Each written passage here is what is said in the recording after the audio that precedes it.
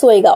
साहेब तुम्हीच आमचे मायबाप। दुष्काळी सोयगाव आणि तालुक्यातील शेतकऱ्यांनी केंद्रीय दुष्काळ पाहणी पथकासमोर जोडले हात। एका एकरात 40 किलो कापूस सुद्धा निघाला नाही। शेतकऱ्यांनी जीवन कसं जगायचं? सोयगाव तालुक्यातील शेतकऱ्यांनी दुष्काळ पाहणी केंद्रीय पथकासमोर मांडली आपली व्यथा।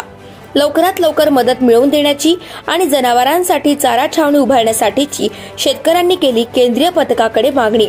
सोयगाव तालुक्यातील दुष्काळी परिस्थिती पाहणी करण्यासाठी केंद्रीय पथक शेतकऱ्यांच्या बांधावर 15 डिसेंबरला केंद्रीय पथक पुणे विभागीय आयुक्त कार्यालय येथे दुष्काळ पाहणीचा शेवटचा आणि महत्त्वाचा अहवाल देणार आहे।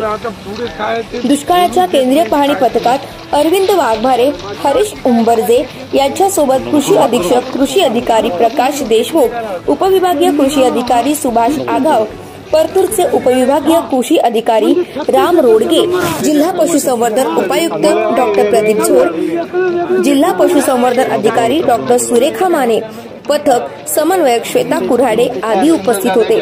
सिल्लोड प्रतिनिधी विजय काळे। मी युवराज पंडित वामने पाटील, सोयगाव तालुका सोयगाव। आज केंद्रीय पथक आमच्या शेतजमिनीला मालाला भेट देऊन गेले। दुष्काळाची पाहणी केली त्यांनी।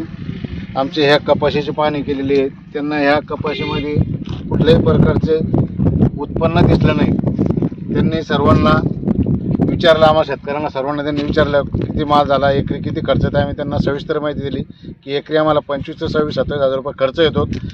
का ते बिजवाईचे भाव वाढले, खताचे भाव वाढलेत आणि पेरणीसुद्धा जून महिन्याच्या शेवटच्या हप्त्यात झाली। पाऊसच उशिरा आला होता। त्याच्या कारणामुळे मालही धोक्यात आला आणि जो माल आला म्हणजे येण्याच्या तयारी होता, फुलं पात्या लागल्या, त्याच टायमाला पावसाने दडी दिली। दडी दिल्यानंतर पूर्ण पावसाचे बोंड वगैरे खाली त्या फुलपातीच्या त्या खाल्या गळून पडल्या। निसर्गाने सुद्धा आमच्यावर कोप केलेला आहे। आम्ही सुरुवातीलाच पीक कर्ज काढून शेती बनवायची मेहनत घेतली, मशागत केली, पण त्याचा कुठलाही खर्च भरून निघणार नाही आणि बँकेचे कुठल्याही प्रकारचे पैसे फेडू शकणार नाही।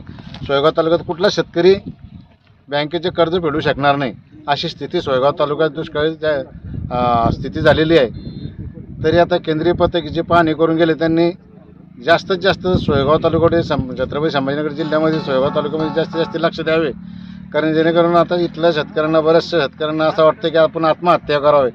पण काही संस्था वगैरे असे शेतकऱ्यांना समजावून त्यांची समजूत काढताय की यावर्षी नाही तर पुढच्या वर्षी बरं होईल। त्यामुळे शेतकरी थोडंसं ऐकू नये। तरी शासनाने Soygaon taluka subscribe now and press the bell icon.